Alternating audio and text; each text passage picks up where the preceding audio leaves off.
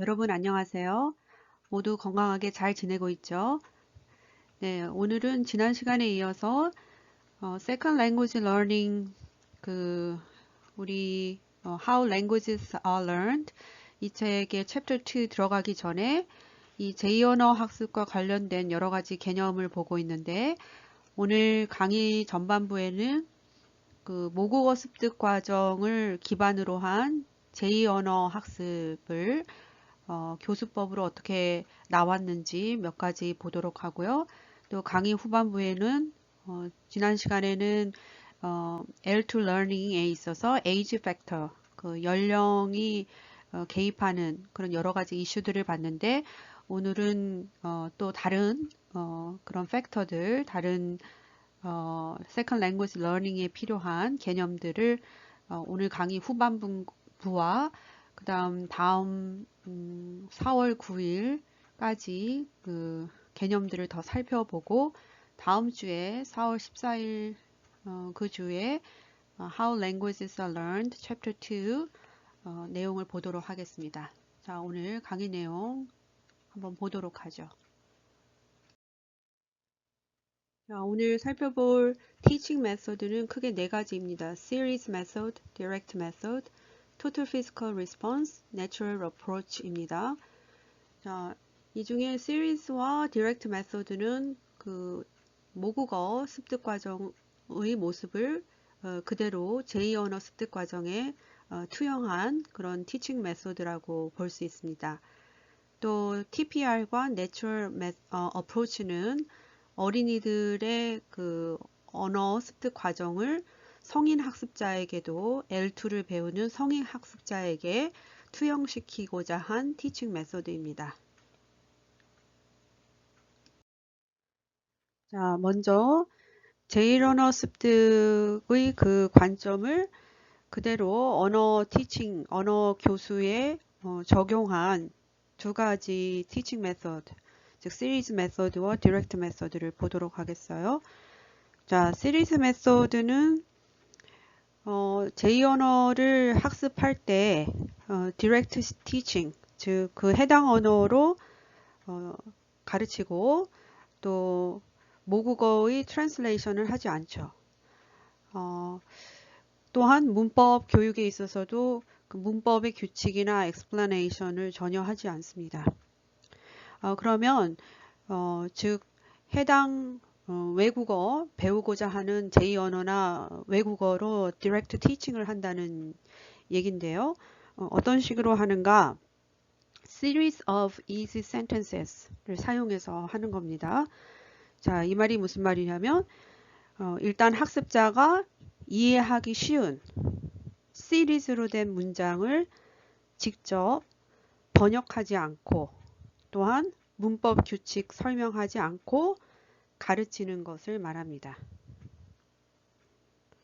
자, 예를 들어서 door라는 뭐 어떠한 그 문이라는 것은 우리 흔히 만날 수 있는 그러한 대상이죠. 그랬을 때 그 door를 활용해서 시리즈화된 문장을 만들어서 그 타겟 랭귀지로 직접 문법 설명이나 이런 거 없이 직접 가르치는 것을 말해요. 예를 들어 I walk toward the door.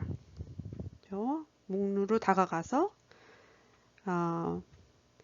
I get to the door. 이제 더 가까이 가서 I stop at the door.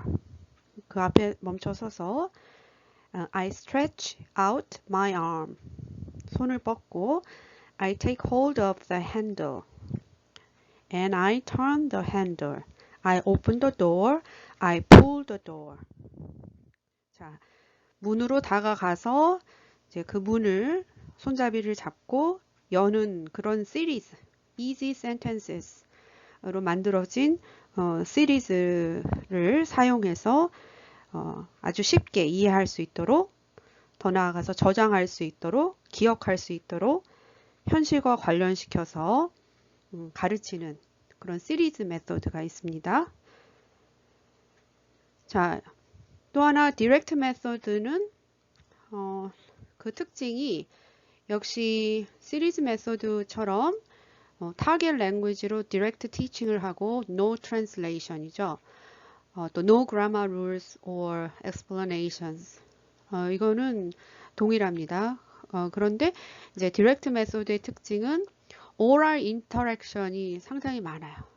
oral interaction, 즉 교사와 학생들 간의 oral interaction을 많이 시키고 또 그때그때 필요하다면 언어를 사용하도록, 즉 어떤 문장을 말했을 때 그 문장에 이어져서 또 다른 그 표현에 맞는 어떤 랭귀지 유스를 하게끔 하는 그런 디렉트 메소드가 있습니다. 자, 이 두 티칭 메소드는 그 기본적인 전제가 어린이들이 L1을 습득하는 것과 같이 자연스러운 방식으로 L2를 가르쳐야 한다 라는 거죠. 따라서 문법 학습이나 또는 translation이나 이런 것은 배제한 어린이들이 모국어 습득하는 것, 그 모습을 그대로 L2 교수에 implement 시킨 그런 teaching method라고 할 수 있습니다. 자, 조금 전에 언급한 디렉트 메소드는 향후 오디오 링구얼 메소드로 발전됩니다. 방금 전에 말했듯이 디렉트 메소드는 주로 원어민 선생님이 학생들과 오럴 인터랙션을 함으로써 그 타겟 랭귀지의 모습을 학생들에게 직접 시연을 하고 교류를 통해서 학생들이 학습하도록 지도하는 방법인데, 그 서로 교류하는 모습은 question and answer exchanges로 합니다. 즉 선생님이 questioning을 하면 학생은 answer하는 그런 모습을 띠고 있고요. 따라서 문법 설명보다는 이제 정확한 문법을 사용하고 정확한 발음하는 것은 굉장히 중요하지만 문법을 따로 이렇게 설명하는 그런 교수법은 아니에요. 그래서 이러한 디렉트 메소드가 이제 발전된 모습으로 나아간 것이 오디오 링구얼 메소드라고 할 수 있습니다. 자, 그러면 그 L1의 그 acquisition 모습을 L2 learning의 모습으로 확대 적용한 또 다른 teaching method 분야를 보겠는데, 그 중에 하나가 이제 특히 어린아이들의 L1 acquisition 모습을 어른들, 성인 학습자의 L2 learning의 모습으로 재현시킨 그러한 teaching method 또는 approach로 TPR과 natural approach를 들 수 있겠습니다. 자, Total Physical Response의 백그라운드를 보면 이거는 프로덕션보다는 comprehension을 위주로 하는 어프로치입니다. 즉 발화와 같은 또는 라이딩과 같은 아웃풋 또 있어야 되지만 그것보다는 그 전에 듣기와 읽기와 같은 comprehension을 바탕으로 합니다. 특히 TPR은 listening과 같은 듣기가 먼저 다른 것들보다 선행되어야 한다 라는 것을 백그라운드로 하고 있고요. 또 조금 전에 본 series method, 쉬운 문장들을 연결성 있게 제시하는 그러한 메소드의 장점을 활용하고자 합니다. 자, 그리고 TPR의 근간이 되는 이론 중에 하나는, 학습 이론 중에 하나는 우리 이 바이오 프로그램을 보면, 즉 우리가 생물학적으로 태어나기로는 이제 스피킹 하기 전에 리스닝을 하죠. 그런 생물학적인 특징을 우리는 learning, 학습에 있어서도 adapt, 적용시켜야 할 것이다. 즉 방금 전 comprehension approach에서도 말했듯이 listening before children speak 이기 때문에 lot of listening이 있기 때문에 그런 바이오 프로그램의 그런 내추럴한 모습을 따라야 된다는 거고요. 자, 두 번째로는 brain lateralization. 지난 시간에 공부했지만 우리가 이제 연령이 높아질수록 brain, right brain과 left brain의 lateralization이 일어난다고 했잖아요. 그랬을 때 이제 언어 학습이라는 것은 지나치게 left brain function 위주이죠. 따라서 이 TPR 같은 경우는 이제 right brain, 이 우뇌의 그러한 적절한 자극을 통해서 언어 학습에 도움을 같이 양방향적인 그 기능을 활용한 언어 학습을 시키려고 했습니다. 그래서 이 right brain을 기능을 촉진시킨다, 언어 학습에 있어서 기능을 촉진시킨다는 것의 대표적인 것이 kinesthetic activity를 하는 거예요. 좀 몸을 움직이게 만드는 것입니다. 그래서 이런 우뇌를 자극하는 활동, 즉 액션을 취하게 하는 것들은 이제 우리 정서적으로나 이런 면에서도 이제 스트레스를 좀 리듀스 시킬 수 있는 좋은 방법이 될 수 있다라고 합니다. 그래서 TPR은 지금 본 이런 5가지의 키워드를 중심으로 제안이 된 교수법이라고 할 수 있습니다. 자, TPR의 특징을 적어봤습니다. 자, TPR의 핵심은 listen and act out이라고 할 수 있어요. 즉, 듣게 하고 그 들은 내용을 act out 하게 한다. 자, 그러면 듣게 하는 방법으로는 선생님이 명령문을 쓰는 겁니다. 자, 명령문을 해서 학생들은 액션을 취하죠. 그 액션을 제대로 취했다는 것은 그 의미를 안다는 뜻이고, 또 이러한 학습자의 반응, 액션을 통해서 그 해당 그 표현들이 이제 기억에 도움을 저장되는 것에 도움을 줄 수 있습니다. 따라서 리스닝 트레이닝이 굉장히 많고요. 또 TPR은 written language보다는 spoken language 위주의 교수법이죠. 그래서 교수자인 교사는 디렉터 역할을 하는 거죠. 명령을 하는 감독의 역할을 하는 거고 학생들은 그 내용을 act out, 액션으로 전달해내는 이미테이터 역할을 합니다. 자, 하단에 제가 링크를 걸어놨어요. 여기 링크 따라 들어가서 이 TPR 잘 시연한 모습인데 주로 어린이들이 하는 모습들이 많이 나옵니다. 근데 이 TPR의 모습을 이제 성인 학습자에도 L2 러닝에 있어서 충분히 적용시킬 수 있다는 것입니다. 자, TPR의 장점은 무엇이 있을까요? 네, 맞습니다. 그 right brain function, 즉 kinesthetic activity를 권장하는 그것을 만들어내는 그 교수법이기 때문에 학생들이 몸을 움직여서 표현을 해냄으로써 이 학습에 있어서 anxiety 레벨이 굉장히 낮아져요. 두려움이나 무서움이 좀 없어지는 그런 장점이 있고 또 이 조금 전에 링크 따라서 들어가서 보면 이 TPR 교수의 모습이 series of simple actions로 나옵니다. 즉 연결된 액션을 취하게끔 선생님이 지도를 하십니다. 따라서 학습자 입장에서는 훨씬 그 내용을 기억하기가 좀 용이하게 되는 면이 있고요. 또 장기 기억에 저장하기도 훨씬 더 쉬워지죠. 또 마지막으로 러너에는 여러 학습 스타일이 있는데 특히 신체 활동을 통해서 학습을 하는 것에 능한 이런 학습자 군에게는 굉장히 좋은 교수법이라고 알려져 있습니다.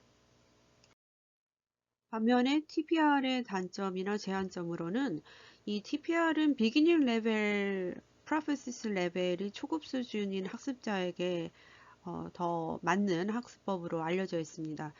그래서 어드밴스드 러너에게는 좀 제한성이 많고요. 또 두 번째 적어놨듯이 리스닝 포커스드 된 그런 티칭 메소드이기 때문에 다른 other language skill을 develop 하기에는 제한점이 있죠. 또 마지막에 보면 이 TPR에서 act out 할 수 있는 그런 내용들은 이제 한계가 분명합니다. 예를 들어서 추상명사, 이런 추상성이 있는 내용을 어떻게 액트아웃 시킬 것인가 와 같이 타이할 수 없는, 이렇게 실현해낼 수 없는 부분들도 있어서 제한점으로 지적되어 왔어요. 자, 다음으로 내추럴 어프로치를 보도록 합니다. 자, 자연적 접근법에서는 TPR과 마찬가지로 네, 듣기가 말하기보다 선행되어야 한다라는 것을 가정하죠. 즉, silent period, 발화가 나오기 전의 그 침묵의 기간을 인정합니다. 필요하다고 인정을 하고요.